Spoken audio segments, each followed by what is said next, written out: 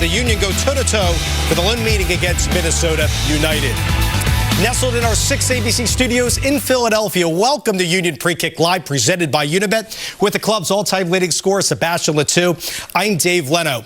The Union have been rolling. They're unbeaten in the last 6 games, and they face a Minnesota side who just has upheld 1 win in the last 4. How tough is the scout for this game, different than facing Eastern Conference opponents? It's a little bit different just because playing a Western Conference team, maybe in a point-wise, it doesn't really matter that much because you're not losing points against the team who is fighting for the playoff spot. But it's very important because right now the Union is really on the 3rd place in the standing, and they fight to get the 2nd spot, and they play Nashville the next game at home. So they need to get another good result away, but playing in Minnesota, who fight for a playoff spot as well, is going to be complicated. And to exemplify your point, keep in mind this is the Union's first Western Conference opponent since the May 30th Portland game, where the Union won 3-0. Now the league has been mitigating travel due to COVID. That's why the East doesn't really play the West all that often this year. There's only 5 games remaining in the season as we take a look at the Eastern Conference standings. After the draw at Montreal and a slew of other results, the Union remain in 3rd place, 2 points behind Nashville. Comes to Chester on Saturday. Orlando is just a point behind the Union, and Atlanta moved up several spots thanks to its win at Toronto. Seba, how do you feel about the Union's positioning as we round out this home stretch? I feel pretty good just having a win in Cincinnati, now a tie in Montreal. I think another positive result, maybe just a tie or a win, could really put the team fighting for this 2nd spot against Nashville, and it's going to be a huge game on Saturday at Subaru Park. But first, if they get a positive result tonight, it would really them in a good way to really fight for a good spot in the playoff. Yeah, it begins tonight to really end this road swing on a great note as we take a look at the next 5 opponents for the Union, and it sets up a huge matchup on Saturday against Nashville. They're hosting Columbus tonight. Mokhtar's playing really well for Gary Smith's team. The Union squashed Toronto 3-0 the last time the teams met in early August.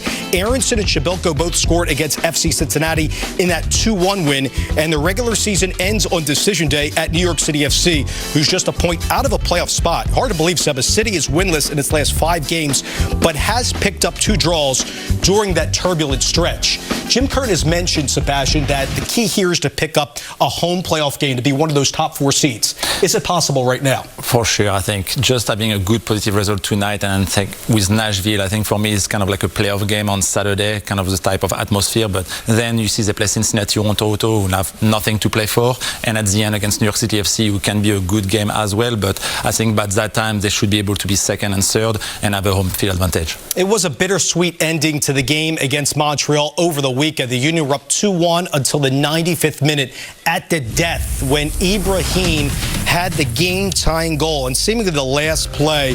So, Seba, that makes 3 straight road matches in which the team has earned at least a point. But would it affect their psyche to have given up that late goal to Ibrahim in that game?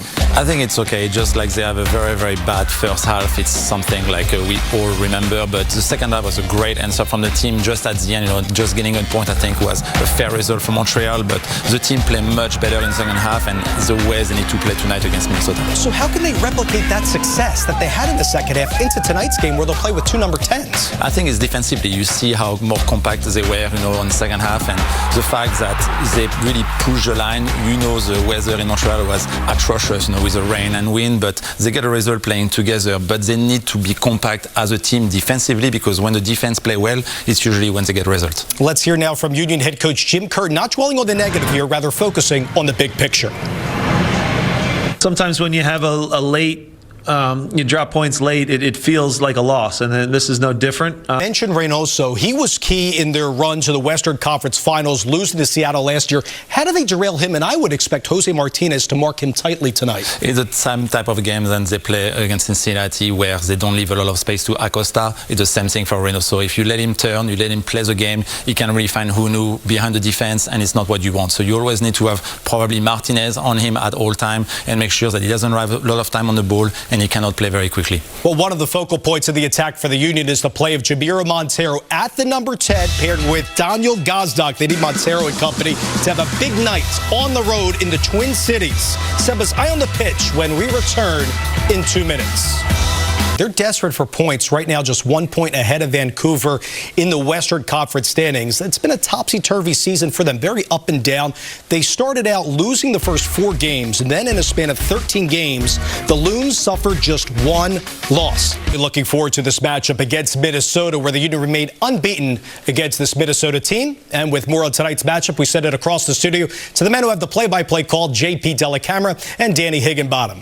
Thank you, Dave. We'll see 2 of the best goalkeepers in the league tonight, Danny, but one of them, Andre Blake, is carrying an injury. How will that injury affect him and his team? It's only the 4th time, Dave, that these clubs have ever met in the short history of Minnesota United, and so far, Minnesota has yet to beat the Union. And to your point, JP, the Union have outscored Minnesota 9-4 those previous 3 meetings. Looking forward to continuing that trend tonight. Welcome back to the show. It's Ambassador 2. I'm Dave Leno. Now time for our Watching You picks presented by Independence Blue Cross.